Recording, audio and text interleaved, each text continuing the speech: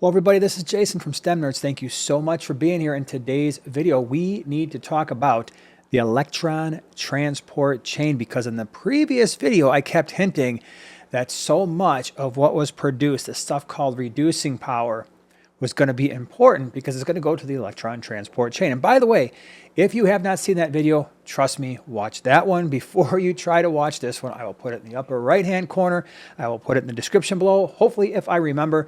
But this video really is the next step in the last video, and so you're going to want to watch that. And so as such, let's go back and just hit a highlight or two from the previous video. In the previous video, we talked about glycolysis, the transition step, and the Krebs cycle, otherwise known as TCA or the citric acid cycle. And we really focused here, and what we wanted to do was not necessarily explain every single minute step and every single enzyme that was involved and why all these things are called exactly what they are called.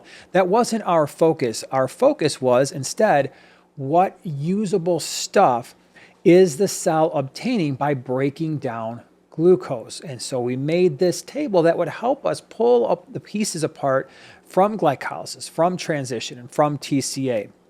And so this table was really important. At the time, I said, you know, we go through this whole process and we start with this 6-carbon glucose and we break it down. We wind up with 6CO2. That's the waste product of breaking down the glucose. And what's happening here is really the only immediately useful stuff that we gained was 4 substrate level phosphorylation ATP. That was what the SLP was. That's what it tracked. And so we've got these 4 ATP and they can be immediately used to do work. But if that's all we got from a single molecule of glucose, we'd be in trouble. The fact is that the reducing power, that RP row, that's really important. All that NADH and the FADH2, that is going to be used to make a whole lot more ATP, and that was called oxidative phosphorylation. And so now what we need to do is we need to say, okay, our primary focus right now is going to be what's happening in a eukaryotic cell that has mitochondria. So if we look at the cell, or at least the part that you can see here we have the enlarged picture of the mitochondria. Now, mitochondrion, singular. So there's a couple things I want to point out here because this is really going to help us understand this process and why the electron transport chain can function the way that it does. And so a single mitochondrion here, we're going to notice a few things. This is review from way back when we talked about cell structures and organelles, and hopefully you remember some of this stuff. The mitochondria has 2 membranes. It has an inner membrane, and that's the curvy one, and then it has the outer membrane. And then beyond that, you have the cytoplasm of the cell. The juicy center of the mitochondria is called the matrix, and then between the 2 membranes, we have the intermembrane space. Now, one of the things that we have to understand is the electron transport chain, the structure that is responsible for all of this oxidative phosphorylation, is in that curvy membrane, right? It's in the inner membrane, and so that's the location of what we're going to be talking about. So let's go ahead and take a look at the electron transport chain. Okay, so here is the electron transport chain. And again, this picture does a really good job of labeling where we're at within the mitochondria. And so we have the electron transport chain is embedded within the inner membrane. That was the wavy part. Then right below that, we have the center of the mitochondria. That's the matrix. And then right above the inner membrane, we have the intermembrane space. And then the top of your screen would be the outer membrane. Beyond that, if you're sitting in a room, the rest of it would be the cytoplasm. So everything we're doing here is contained within the mitochondria, and that's really important. We need to set up a specialized area. Now again, keep in mind, this is for a eukaryotic cell. Prokaryotes don't have mitochondria. We'll talk about some of the differences at the end of this video. Okay, so first thing, structure. We're going to notice that the electron transport chain consists of proteins. Those proteins are complex 1, 2, 3, and 4. And then we have this thing on the right-hand side, and its label is on the lower right-hand side. It's called ATP synthase, and we've already learned a couple videos ago that when something ends in ASE, that implies that we have an enzyme involved. Okay, so there's 2 primary things that I require my students to understand about the electron transport chain in order to really understand its function. 1, where are electrons going? And where are protons going? Remember a couple of videos ago, we talked about this concept of oxidation reduction, redox reactions. Well, this is why we talked about it. This is why it matters, because essentially what's going to happen here is a series of redox reactions. And so you see at the bottom left-hand corner, we have the electron carrier, otherwise known as reducing power. That's NADH. And we know that NADH was reduced when it pulled the electrons away from glucose in the cytoplasm. It also took some protons, and now it has reducing power. It has the power to reduce something else. And so the NADH, we're going to follow that one first, that electron carrier first, and we're going to see that it has an association with complex 1. So what is NADH going to do? Well, NADH is going to interact with that first complex, complex 1, and NADH in the process is going to become oxidized. You can see in the lower right-hand corner, it becomes NAD+. That's that empty taxi cab, and it's going to go back out into the cytoplasm, pick up more electrons and protons, and bring them back here. So NADH, once it drops off its electrons and protons, becomes NAD+, and we actually don't need to worry about that electron carrier anymore throughout this entire process. What we are going to do is we're going to follow the electrons and protons that are in the mitochondria and see how we can actually make ATP. So NADH drops off its electron at complex 1. I want you to think of complex 1, 3, and 4 as doorways. And what they do is once they pick up an electron, they open the door. Why? As the picture shows, what's going to happen is once they open the door, they're going to allow 4 protons, in the case of complex 1, to pass from the matrix to the inner membrane space. So the first reaction that we see is NADH. It became oxidized. Complex 1 is reduced. Redox reaction. Upon reduction of complex 1, 4 protons go from the matrix to the inner membrane space. Okay. Next thing. Now, I don't typically get too involved in the inner membrane carriers. You see the CoQ and the cytochrome C. I'm not going to focus on those as much, but ultimately what happens is the electron goes from complex 1 to complex 3. For right now, we're going to skip complex 2. When the electron goes from complex 1 to complex 3, essentially, again, we've got a series of redox reactions happening where complex 3 becomes reduced, complex 1 is oxidized. And complex 3, just like complex 1, is a doorway. And that doorway opens and allows 4 additional protons to go from the matrix, the middle, the bottom part, into the inner membrane space. That same electron is then passed from complex 3 to complex 4. And again, it's a series of redox reactions where complex 4 is reduced, complex 3 is oxidized, complex 4 is yet another doorway, but we notice a difference here. The difference is that we can't hold that doorway open quite long enough to get the same number of protons through. So often we get about 2 protons to go through complex 4. Okay, so at this point, the electron really started with glucose, right? So way back it went from glucose to the electron carrier NADH to complex 1, 3, 4.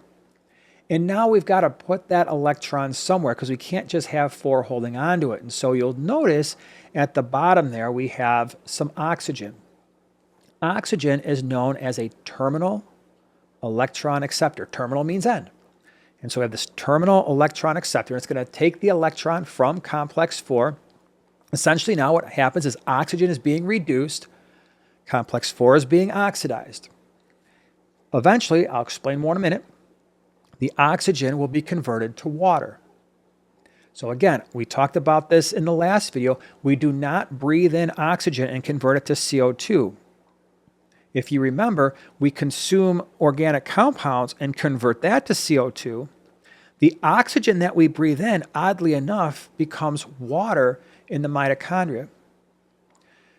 So at this point, then our electron, again, went from glucose to the electron carrier, complex 1, 3, 4, oxygen. Oxygen is converted to water. Our protons, again, they also started with the glucose, went to the electron carrier. They were in the matrix. They get pumped from the matrix to the inner membrane space, and we can see, now here's where we do a little bit of math. For every NADH on the bottom left-hand side, It looks like we got about 10 protons in total across from the matrix to the inner membrane space, and that number is on the right-hand side. So one NADH gives us roughly 10 protons. Okay, so the reason these protons are accumulating in the inner membrane space, if you remember a couple videos ago, I talked about potential and kinetic energy. And we said water behind a dam has potential energy. And then when it comes rushing through that dam, it can spin a turbine to produce electricity, and we're converting that potential energy to kinetic energy. Guess what?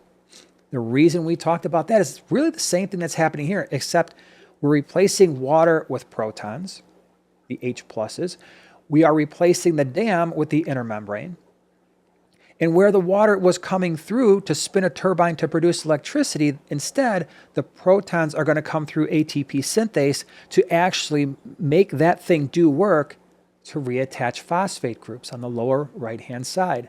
And we call that oxidative phosphorylation.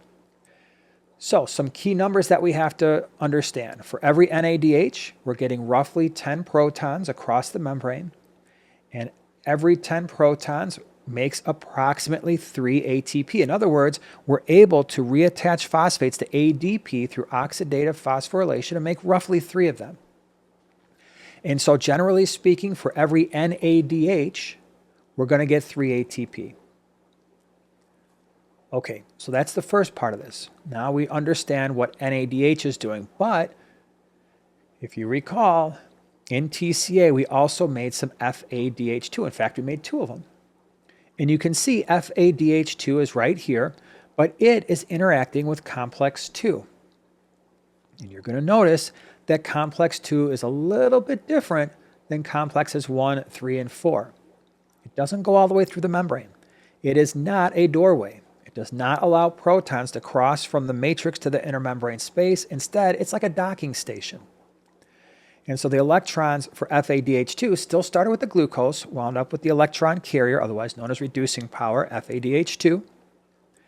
When the electrons get dropped off at complex 2, really when complex 2 takes the electrons away from FADH2 in a redox reaction, complex 2 becomes reduced, FADH2 becomes oxidized, becomes FAD+, goes back into the cytoplasm, back to the glucose. It's an empty taxicab at that point, grabs more electrons and protons and brings them back into the mitochondria. But an interesting thing happens here. The electrons that are picked up by complex 2 cannot go backwards in the electron transport chain. They're not going to go back to complex 1. Instead, the electron flow is complex 2, 3, 4 oxygen. What that means is FADH2 ultimately is going to produce less ATP because not as many protons are going to get across the membrane. And so if the electrons go complex 2, 3, and 4, well, then we're only getting the protons from 3 and 4, so we're only getting 6 and not 10. For you mathematicians out there, if we think about the totals that are given to us by NADH, previously we said one NADH gave us 10 protons, 3 ATP. Well, if we're doing some math, that must mean that it takes roughly 3 protons to get a single ATP. And that holds true whether it's NADH or FADH2, but FADH2, we're only getting 6 protons across the membrane. So those 6 come back through ATP synthase, and it takes roughly 3 protons to make an ATP, and therefore FADH2 can only be used to manufacture about 2 ATP. Now here's an easy way to remember this. FADH2, well, it's got a 2 in its chemical structure. It drops off at complex 2, and it only makes 2 ATP. So it's kind of like 2s across the board. Okay, so electron transport chain then, what it's doing is we're pumping protons from the matrix to the inner membrane space, and what we're doing is we're establishing a proton gradient, right? We've got more protons in the inner membrane space relative to the matrix, mitochondrial matrix. Once that happens, those protons can come rushing back through ATP synthase. Essentially what ATP synthase is doing is, in a much earlier video, we talked about movement across the membrane, and we talked about simple diffusion, facilitated diffusion, and active transport. Well, ATP synthase is an example of facilitated diffusion. You have protons going from they are highly concentrated in the inner membrane space to where they are less concentrated in the matrix using a protein to do so.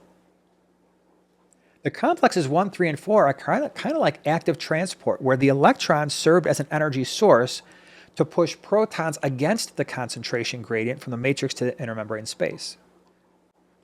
Okay, so now that we've made this ATP, we've got these protons coming back into the matrix. Well, guess what? We have to do something with them, because if all that happened was the protons just went from the intermembrane space back into the matrix, we would no longer have a proton gradient at some point. We'd reach equilibrium. We said earlier that oxygen was a terminal electron acceptor. Well, and we also said that oxygen is converted to water. Well, just because oxygen picks up electrons doesn't mean that it's just going to magically turn into water. The way it gets converted to water is the protons come back through ATP synthase. You've got negatively charged oxygen that can then take those positively charged protons, and that's how we go oxygen to water. Now, everything we've talked about here, and this is really important, in a previous video, we talked about classifying microbes based on their ability to utilize certain nutrient sources and certain terminal electron acceptors. What we're talking about here is an aerobic, oxygen-utilizing organism, aerobic chemoorganotroph. Aerobic because oxygen is serving as the terminal electron acceptor, chemoorganotroph because we have so far in this video, in this series, talked about glucose, which is an organic compound being used as the electron / energy / food source. All right, so that's how the electron transport chain functions in a eukaryotic organism.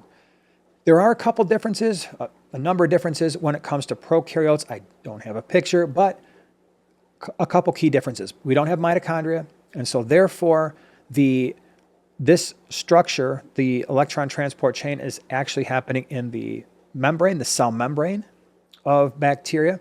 The second thing is a lot of the electron transport chains in bacteria are missing complex 3. And then the other thing is, it's kind of interesting. Here, we're just discussing using protons to make ATP on the far right-hand side. However, in prokaryotes, there's a couple other uses for the proton gradient. Sometimes the proton gradient can be used for active transport, bringing other stuff into a cell, and to power flagella in cell motility. All right, let's go ahead and summarize then what we've talked about so far so we can really get an idea of the energy that's involved here. So this table came from the previous video. We talked about glycolysis and transition and TCA. And at the time, we laid out all the reducing power, substrate level ATP. But now let's go ahead and put some numbers here for a single glucose. That's what we started with, right? So in glycolysis, we started with 1 glucose. I'm going to give you some numbers that are reflective of a theoretical maximum yield. All right, so it's a theoretical maximum yield. If you look at other sources, you look at some textbooks, they're going to have a number that is less than this because most cells don't reach a theoretical maximum yield. And actually, some of the stuff that we're calling ATP here might not always be ATP. It might be another energy currency that is used inside of the cell called GTP. But for the most part, this is going to make the math really, really easy, and it's going to really drive home the important points. And so for a single glucose, we know from the table, from the substrate level phosphorylation, we get the 2 ATP in glycolysis and the 2 in TCA, and so that's the 4 SLP ATP. But then we have all the oxidative phosphorylation. If you look at the table, we manufactured 10 NADH. And in the picture I just showed you for the electron transport chain, we came to the conclusion that for every NADH, the electron transport chain can manufacture roughly 3 ATP. And so 10 times 3 gives us 30 ATP. So that's a lot. Remember what I said. Oxidative phosphorylation is by far the most economical way to make ATP, most abundant way. We also got the 2 FADH2 in the Krebs cycle, otherwise known as TCA. And for every FADH2, we got 2 ATP. So that's another 4. So when you add the 4 substrate levels, with the 30 produced from NADH and the 4 produced from FADH2, there is a theoretical maximum yield of 38 ATP per glucose. Now again, we are assuming 2 really, really important things. Important thing number 1 is that this is an aerobic organism. The organism is using oxygen as a terminal electron acceptor at the end of the electron transport chain. And 2, of course, we've got glucose here, which we have a chemoorganotroph. All right, so this is actually about as good as you can get when it comes to ATP production, this aerobic chemoorganotroph. Now, another thing I want to do here is look at this a slightly different way. And this time, look at it in terms of, okay, well, which step of the 3 is producing the most ATP? And so if we go from glucose to pyruvate, you're going to notice that we get a total of 8 ATP. That's the 2 substrate levels, and we got 2 NADH, each of them giving us 3 ATP. So 2 times 3 is 6, plus the 2 substrate level, that gives us 8. We're also going to notice that transition doesn't give us a whole lot at all. We just get the 2 NADH, each of them making 3 ATP, so there's 6 there. What you're going to notice, and one of the key points, is in the Krebs/TCA cycle, where we have so much reducing power that we're going to get a lot of ATP. So we get the 2 substrate levels, the 6 NADH times 3 was 18, so now we're up to 20. 2 FADH2 times 2, that's 4. So we get a total of 24. So that is really, really good. And why does this matter? We haven't really touched on it all that much, but I think most of us intuitively know we don't necessarily need carbohydrates in order to live. We can use things like lipids and we can use protein. Why can we use lipids and protein for energy production? Because most of those lipids and a lot of the protein, they wind up going into one of the steps of glycolysis transition, or TCA. And in fact, if they get there, especially in transition or right into TCA, you're going to notice we still get so much ATP from those processes. So that's one of the reasons why proteins and lipids, they can be converted into some of those intermediates in one of these 3 steps. So at this point, you've got some basics about the electron transport chain, how it functions, how much ATP, theoretical maximum yield that we can get from a single glucose. In the next video, we need to talk about some alternative ways of producing energy, things like fermentation. What if the organism is anaerobic? What if they are a chemolithotroph? And then we haven't touched on photophosphorylation yet of photosynthetic organisms. Those will be coming up in future videos. In fact, if you want to see the discussion on fermentation and the chemolithotrophs, check out that video in the upper right-hand corner. If you need to go back and look at the way that we got the oxidative and the substrate level phosphorylation, check out that video in the lower right-hand corner. It's a little bit of a review. As always, thank you so much for being here. We'll see you next week.